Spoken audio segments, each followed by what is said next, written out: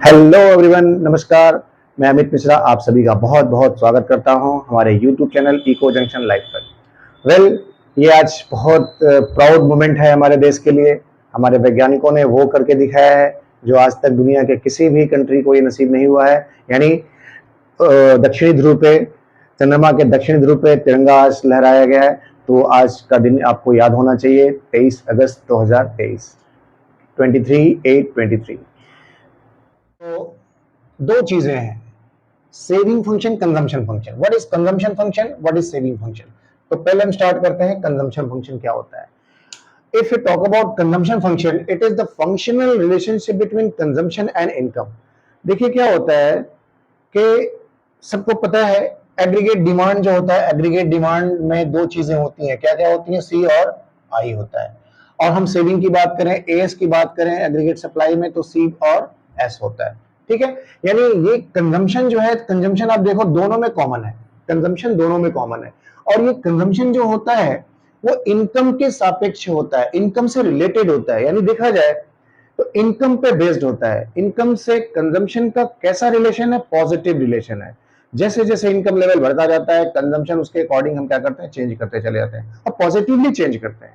मतलब इनकम अगर बढ़ेगा, एक तो ऐसा इनकम होता है, हमने बताया था उस पर कि ऑटोनोमस कंजम्पशन भी होता है विदाउट एनी इनकम।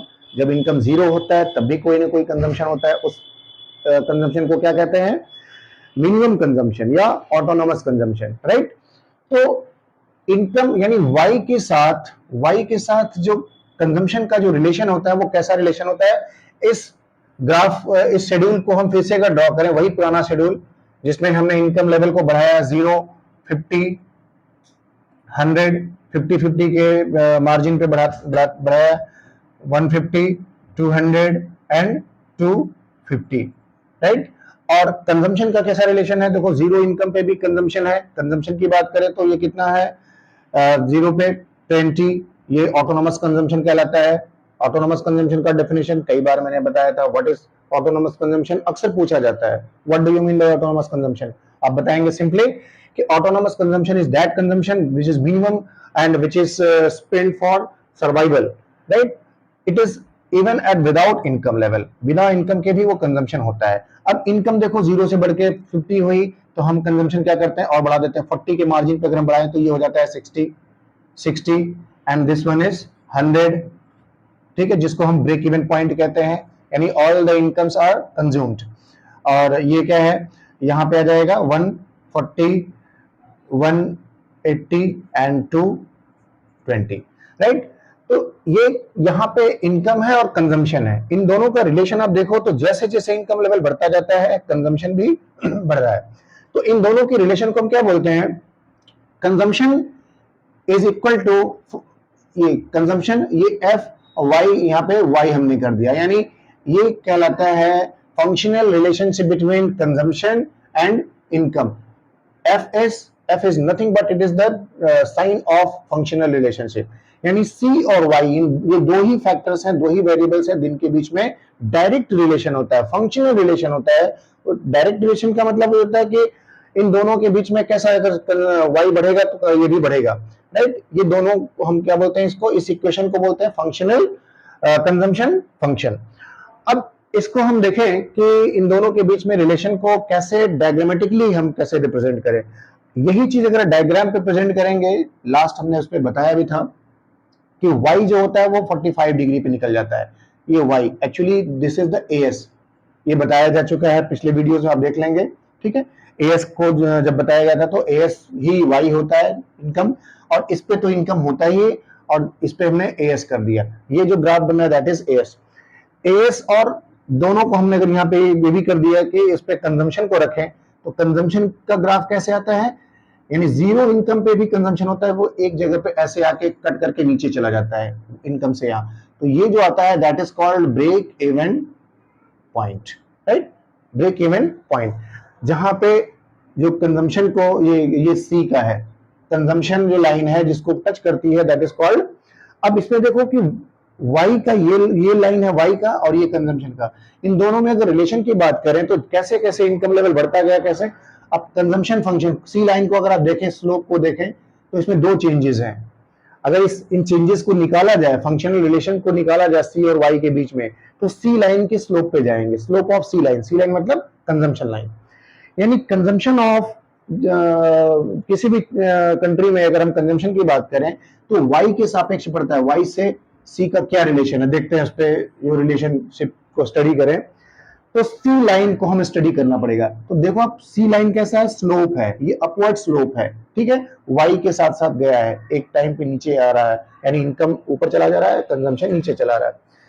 तो स्लोप निकालना हो तो स्लोप कैसे निकालते हैं, slope of C line is slope of consumption line, यानी स्लोप ऑफ सी अगर निकालें, कंजम्पशन का स्लोप निकालें तो कैसे निकालेंगे, ये इस पे क्या है डेल्टा, ये इस पे इस लाइन पे क्या है डेल्टा, ये सी है, सी, और इस पे क्या है वाई, राइट, तो delta C upon delta Y. हालांकि जो डेल्टा सी और डेल्टा वाई है ये हमने मार्जिनली निकाला है कि यहां से किसी दो पॉइंट पे हमने ले लिया, ये point A and this point is B, A से बी तक के बीच का हमने अगर निकाला है कि मार्जिनली कैसे स्लोप बढ़ा है, यहां से यहां के स्लोप के बीच का अगर निकालें तो कैसे निकालेंगे, delta C upon delta Y. ये delta C upon delta Y कैसे आता है, स्लोप जब भी निकालते हैं तो इसका फॉर्मूला होता है, स्लोप का फॉर्मूला होता है rise upon run, rise upon run, rise कहाँ है, ये जो उठ रहा है यहां से, और रन क्या है, ये वाला हॉरिजॉन्टल पे रन हो गया, वर्टिकल पे क्या हो गया, राइज हो गया, राइट। तो राइज पे क्या है कंजम्पशन, और इस पे क्या है ये इनकम, तो दोनों अगर निकालें तो ये दैट इज कॉल्ड एमपीसी। देखिए क्या है, कंजम्पशन फंक्शन को बोलते हैं प्रोपेंसिटी टू कंज्यूम। अब प्रोपेंसिटी टू कंज्यूम को समझो कि क्या होता है, प्रोपेंसिटी टू कंज्यूम हो चाहे कंजम्पशन फंक्शन को आप सिंपली आप डिफाइन कर सकते हो कि propensity to consume is the ratio of change in consumption and change in income. यानी अगर ये जो एमपीसी है, मार्जिनल प्रोपेंसिटी टू कंज्यूम निकालना है, तो प्रोपेंसिटी टू कंज्यूम दो टाइप के होते हैं, एक होता है एमपीसी और दूसरा होता है एपीसी। एमपीसी क्या कहता है, एडिशनल, मार्जिनली कितना कंजम्पशन हो रहा है, कितना ये इनकम के साथ चेंजेस हो रहे हैं कंजम्पशन में, राइट। और टोटल से निकालें तो एवरेज निकलता है, टोटल से निकालें तो ये अगर इसका एक फॉर्मूला क्या है एमपीसी का, delta C upon delta Y, delta C upon delta Y. अगर एपीसी की बात करें, एपीसी कैसे निकलेगा, total consumption upon total income. तो ये एक फॉर्मूला, ये एक फॉर्मूला, ये मार्जिनल प्रोपेंसिटी टू कंज्यूम का, ये एपीसी का, राइट। तो इस चीज को ध्यान से आप देखें कि दो फॉर्मूले आपके सामने हैं, एक मार्जिनल प्रोपेंसिटी टू कंज्यूम और एक एवरेज प्रोपेंसिटी टू कंज्यूम। तो अगर आपसे पूछा गया कि what do you mean by consumption function, तो आप सीधा बताओगे कि the functional relationship between income and consumption, यानी इनकम लेवल के साथ कंजम्पशन का कैसा रिलेशन होता है, उसको हम बोलते हैं कंजम्पशन फंक्शन, राइट। और कंजम्पशन फंक्शन को ही हम बोलते हैं ये स्लोप ऑफ सी लाइन, या ये आप सिंपली इसको कहो कि marginal propensity to consume. Propensity to consume has two types, एक मार्जिनल प्रोपेंसिटी टू कंज्यूम और दूसरा होता है average propensity to consume. Marginal propensity to consume निकालने के लिए क्या किया, ये राइज अपॉन रन से, यानी delta C upon delta Y, यानी एडिशनल कितना चेंज हुआ है कंजम्पशन में, एडिशनल कितना चेंज हुआ है इनकम में, ये निकल जाता है। एवरेज की बात करें, एवरेज निकालते हैं टोटल, यानी अगर हम यहां से निकालें पूरा टोटल इनकम, अगर मान लो 1000 है, सपोज टोटल इनकम लेवल 1000 है, ठीक, और कंजम्पशन जो है वो कंजम्पशन इसमें से हो रहा है 800, ठीक। तो अगर आपको निकालना हो APC, average propensity to consume, कैसे निकालेंगे, सी अपॉन वाई, सी कितना है 800 अपॉन ये कितना है 1000, 0.8 आ जाएगा, राइट। अब एक चीज मैं आपको बता दूं, क्वेश्चन बड़ा कई बार ऐसा आता है, क्वेश्चन बोर्ड में भी मैंने कई बार क्वेश्चन देखा, ही आया हुआ है कि इनमें से आप देखो कि एवरेज प्रोपेंसिटी टू कंज्यूम कैसे निकालते हैं, सी अपॉन वाई।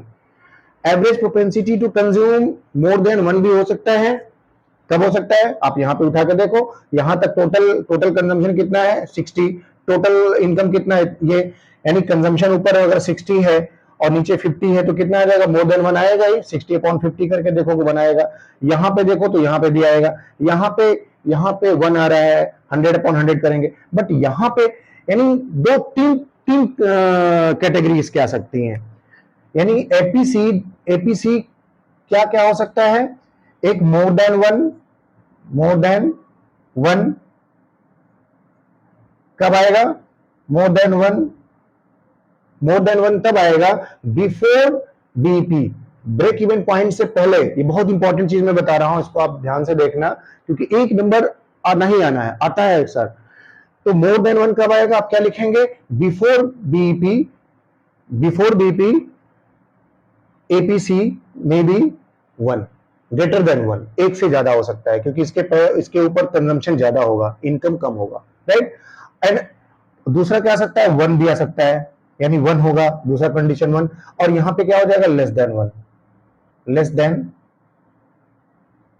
1, ठीक है, इसको ऐसे लिख देता हूं 1, यानी तीन टाइप के हो गए, more than 1 and this is less than 1। आप लेस देन 1 कब लिखेंगे, after BP, and at BP it is 1 and before BP it is. तो अब ये देखिए कि एपीसी जो होता है, एपीसी ये एक से ज्यादा हो सकता है, सिर्फ एपीसी ही हो सकता है, बाकी सेविंग क्या, कभी सेविंग भी हो सकती है। सेविंग की बात करें, सेविंग फंक्शन में अगर आप बताऊं, सेविंग वाला मैंने लास्ट वीडियो में बताया था कि सेविंग पे क्या होगा, सेविंग तो शुरू से ही माइनस में आ जाता है, यहां से माइनस आएगा, इसके बाद प्लस में आएगा, ठीक है। और सेविंग क्या इनकम से ज्यादा निकल सकता है क्या, नहीं। आप सीधा बताएंगे कि सेविंग कैसे इनकम से ज्यादा निकल सकता है। इनकम के तो दो पार्ट होते हैं, एक कंजम्पशन में जाएगा, एक सेविंग में जाएगा। तो कंजम्पशन में जो पार्ट चला जाएगा तो सेविंग पॉसिबल ही नहीं है कि इनकम से ज्यादा सेविंग हो कभी। तो जब सेविंग ज्यादा नहीं होगी तो कभी भी एपीएस जो होगा वो ग्रेटर देन 1 हो ही नहीं सकता। आप ऐसे इस पे 2-3 क्वेश्चंस तैयार हो रहे हैं कि can ever APC is greater than 1, तो आप बताओगे यस, राइट। या ये भी हो सकता है कि विच ऑफ द फॉलोइंग में be greater than 1, APC, MPC, APS, MPS, 4 option दे सकते हैं। तो आप क्या बताएंगे, ये क्वेश्चन आप अभी समझ लो कि APC, only APC is there, APC ही सिर्फ ग्रेटर देन 1 हो सकता है, बाकी कुछ ग्रेटर देन 1 नहीं हो सकता है, ठीक है। तो ये रहा इसके बारे में। अब इसका एक और फॉर्मूला होता है, जैसे ये क्या हो गया, ये तो चेंज होता जाएगा। आप ये देखेंगे मार्जिनल प्रोपेंसिटी टू कंज्यूम निकालना हो तो आपको डेल्टा चेंजेस दिए गए होंगे, लेकिन लीनियर फंक्शन भी होता है इसका। लीनियर फंक्शन की बात करें तो जब कांस्टेंट चेंज हो, यानी एमपीसी जो है वो कांस्टेंटली चेंज हो रहा है, तो उसको बोलते हैं लीनियर, लाइन से बना हुआ है, linear consumption function.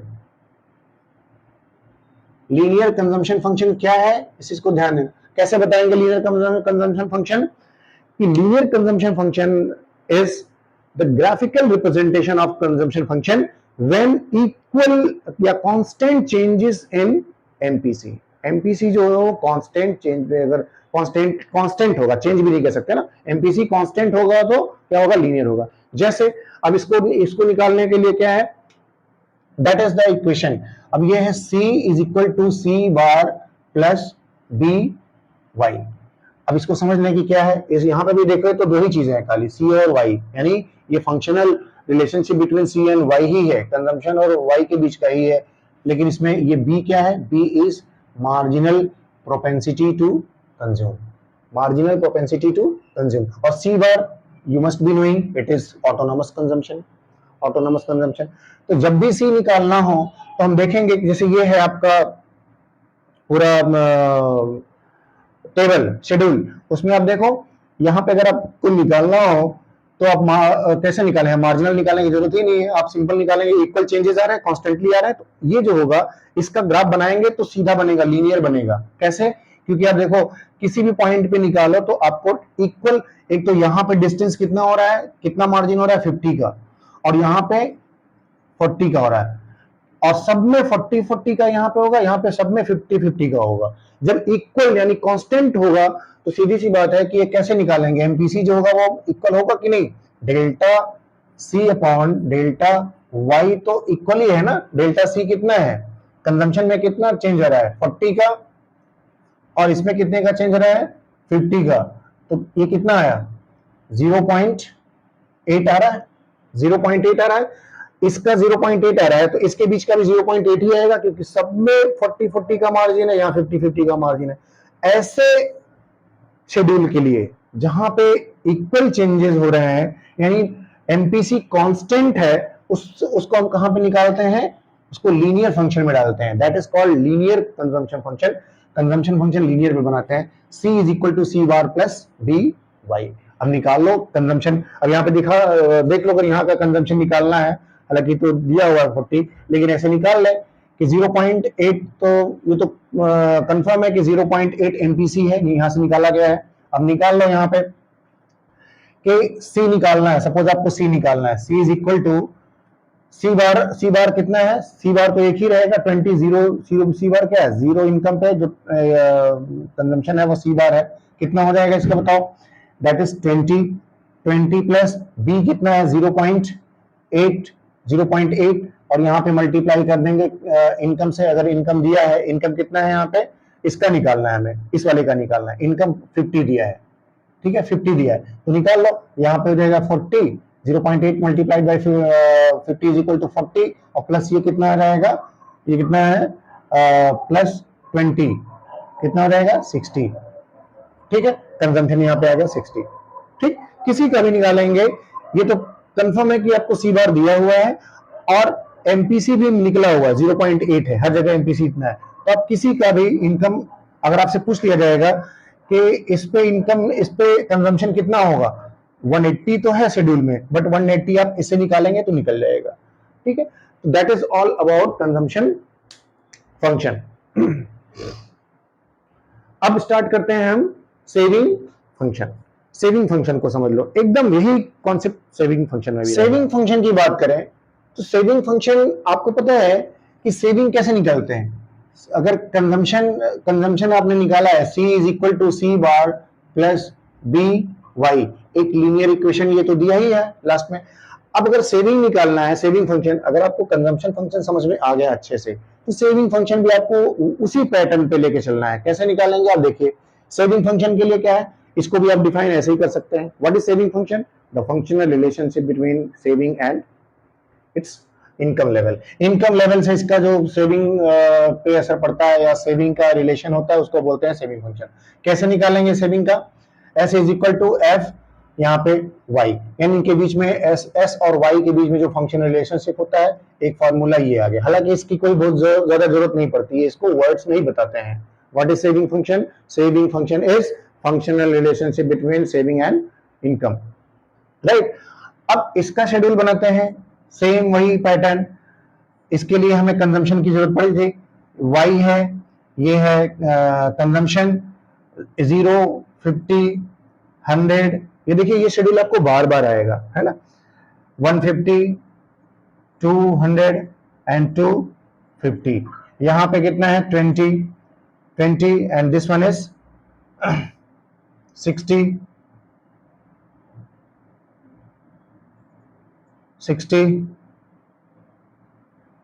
100, 140, 180, 220, sorry it is 220, ठीक। अगर आपके पास कंजम्पशन है तो कंजम्पशन से ही सेविंग निकालते हैं, सेविंग का टेबल आप ऐड यहाँ पे कर लो, सेविंग कैसे निकालते हैं, saving is equal to Y minus सी,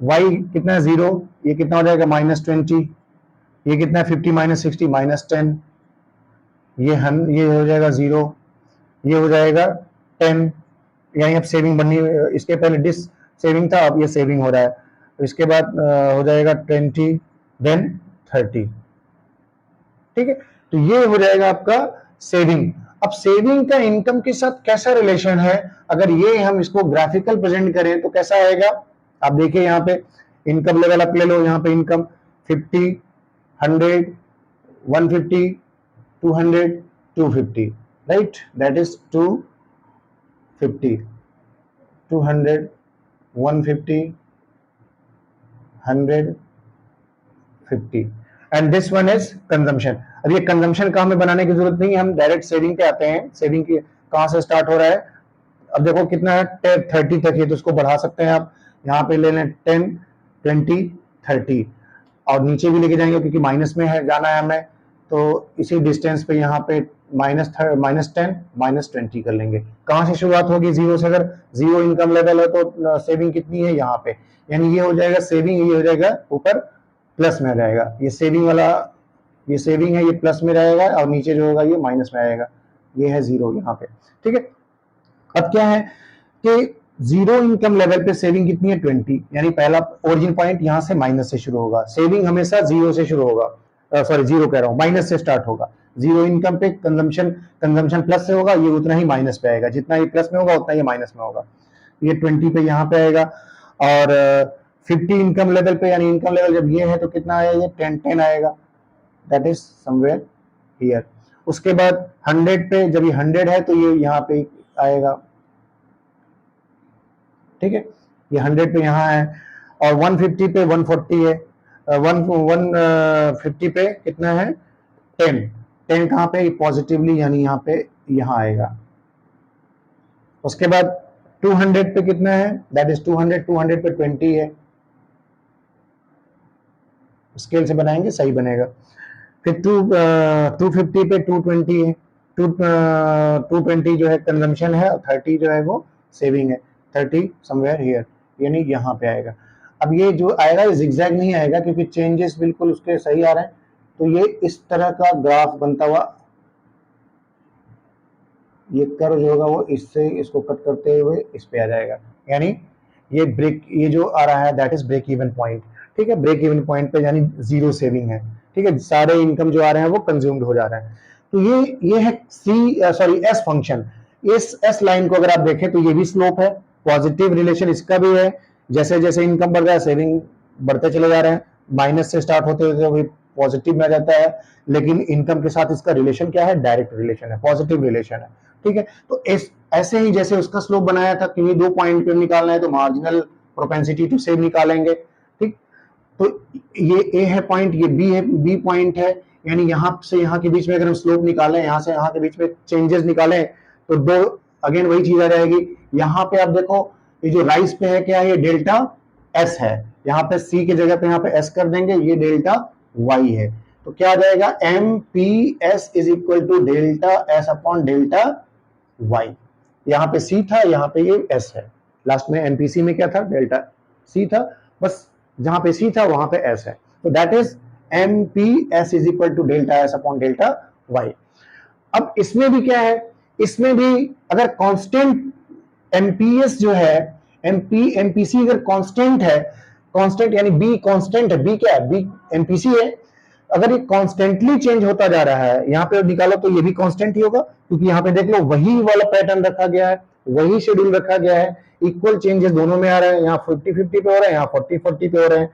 तो पॉसिबल यहाँ पे भी 100% फैक्ट है कि जो एमपीएस निकालेंगे इस फॉर्मूले से, delta S upon delta Y क्या आएगा इसमें, उस पे एमपीसी कितना था, 0.8 था, 0.8।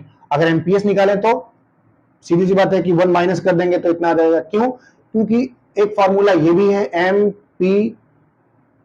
MPC plus MPS is equal to 1। अगर एमपीसी निकल गया या एमपीएस निकल गया तो दूसरा निकल जाएगा, 1 माइनस कर देंगे।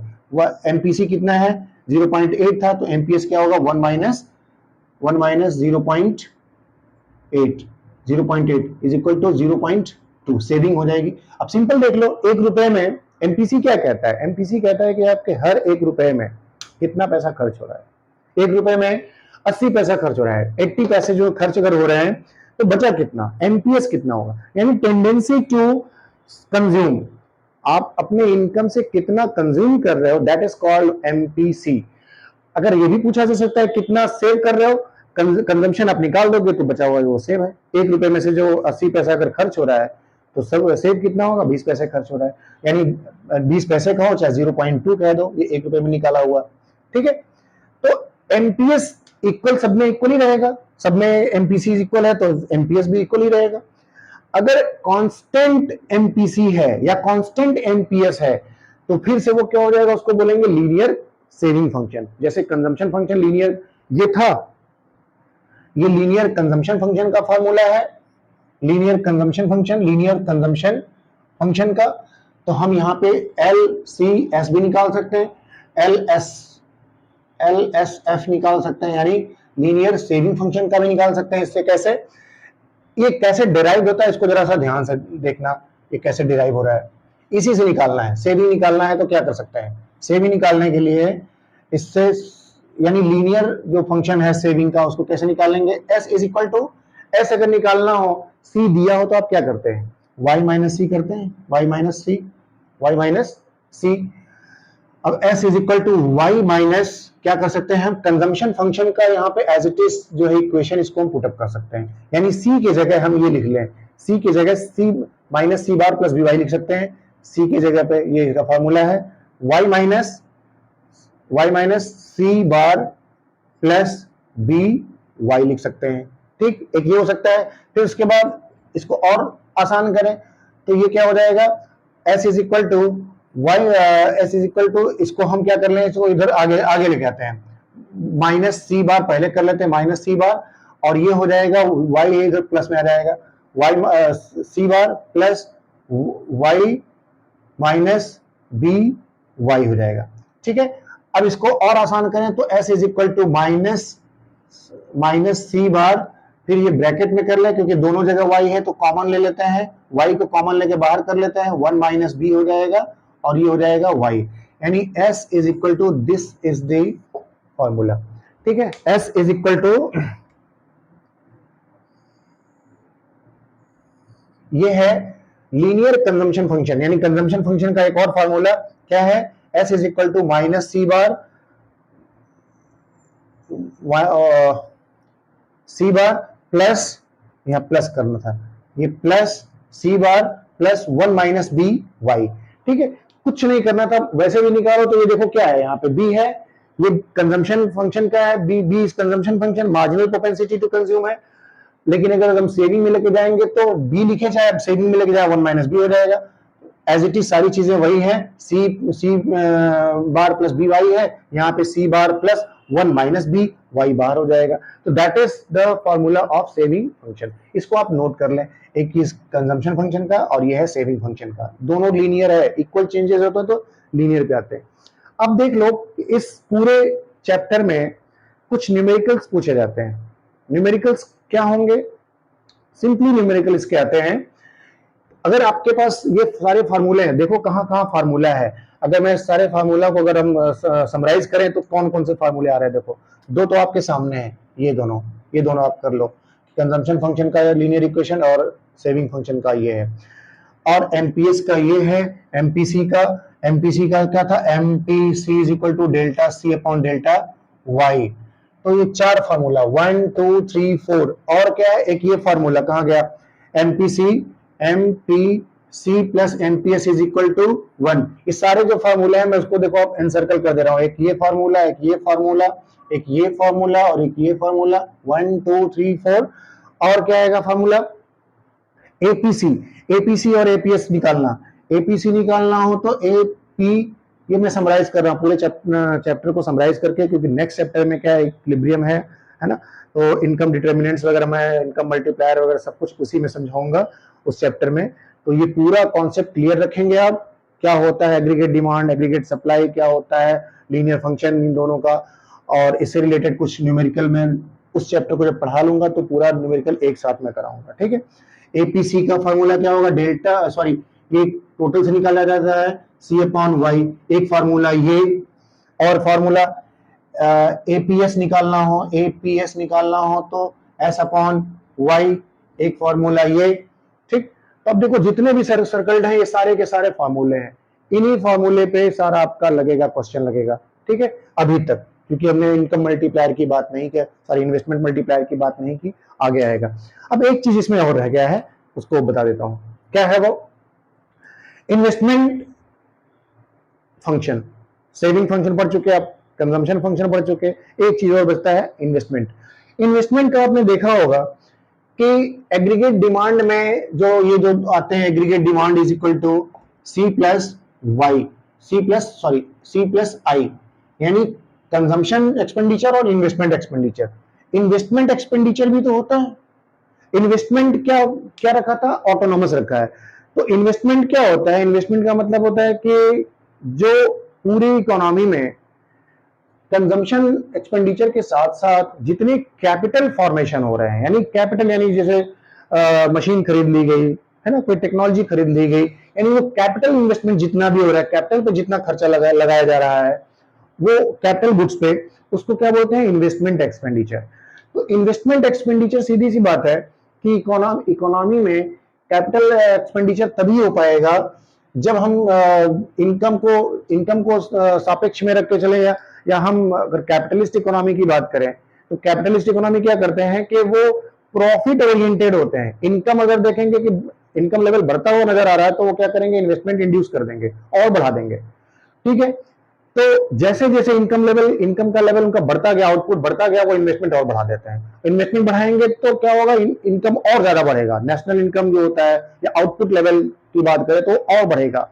ठीक, लेकिन हमने जो यहाँ पे रखा था लास्ट चैप्टर से भी, सॉरी लास्ट वीडियो में आपने देखा होगा कि एडी में हमने बनाया था, इन्वेस्टमेंट को हमने आई को जो है वो कांस्टेंट रखा था, यानी 20 20 20 20 सब पे रखा था। यानी ये कहां होता है, जब ऑटोनोमस, यानी no change in income, sorry investment में कोई चेंज नहीं, चाहे वो जितना इनकम लेवल बढ़ता जाए कोई फर्क नहीं पड़ता। ऐसे ऐसी व्यवस्था कहां पे होती है, जहां पे के या तो सोशलिस्ट इकोनॉमी हो या मिक्स्ड इकोनॉमी में भी ऐसा होता है कि एक बार अगर ऐसा डिसाइड कर लिया गया कि इन्वेस्टमेंट इतना ही होने वाला है, आउटपुट लेवल को नहीं बढ़ाना है, बल्कि हमें हमारे लिए ज्यादा जरूरी ये है, हमें प्रॉफिट नहीं देखना है, हमें वेलफेयर देखना है। तो क्वेश्चन ऐसा भी आ सकता है कि इनकम ऑटोनॉमस, सॉरी इन्वेस्टमेंट को ऑटोनॉमस कैसे इकोनॉमी में रखा जाता है, आप सिंपल बताओगे, ऐसे इकोनॉमी में जहां पे वेलफेयर ज्यादा प्रायोरिटी पे रखी जाती है। ठीक है, और इन्वेस्टमेंट चेंज कहां होता है, इन्वेस्टमेंट चेंज कहां होता है, आप बताओगे कि कैपिटलिस्ट इकोनॉमी में, जहां पे प्रॉफिट मोटिव हो, यानी प्रॉफिट ओरिएंटेड होते हैं, तो इनकम को देख के इन्वेस्टमेंट भी बढ़ा देते हैं। और बढ़ा हुआ इन्वेस्टमेंट, यानी इनकम के साथ जो चेंज हो रहा है इन्वेस्टमेंट, उसको बोलते हैं इंड्यूस्ड इन्वेस्टमेंट। कितने टाइप के हो गए आप देख लो। एक इन्वेस्टमेंट वो जो कि ऑटोनॉमस है, no change in investment, even increasing level of output at the increasing level of output। और induced investment क्या होता है, change in investment as the output level increases, जैसे जैसे output level increase होता है, output में बोलूं तो इनकम के बढ़ने के साथ साथ ये इन्वेस्टमेंट भी बढ़ना शुरू हो जाता है, तो उसको बोलते हैं इंड्यूस्ड। इंड्यूस्ड का मतलब क्या, और लगा देना, पैसा और लगाओ, आउटपुट बढ़ रहा है और पैसा लगाओ, उसको बोलते हैं इंड्यूस्ड इन्वेस्टमेंट। ऑटोनॉमस यानी नो चेंज। तो ये हो गया इन्वेस्टमेंट के टाइप। तो चैप्टर गेट्स ओवर। अब इससे रिलेटेड अगर कोई भी प्रॉब्लम होती है तो कमेंट बॉक्स में आप डालेंगे तो मैं ट्राई करूंगा आपको सॉल्व करने की। हाँ, उसको आप नेक्स्ट चैप्टर में आप पूछ सकते हैं, and it is going to be over. Thank you so much, thank you for watching.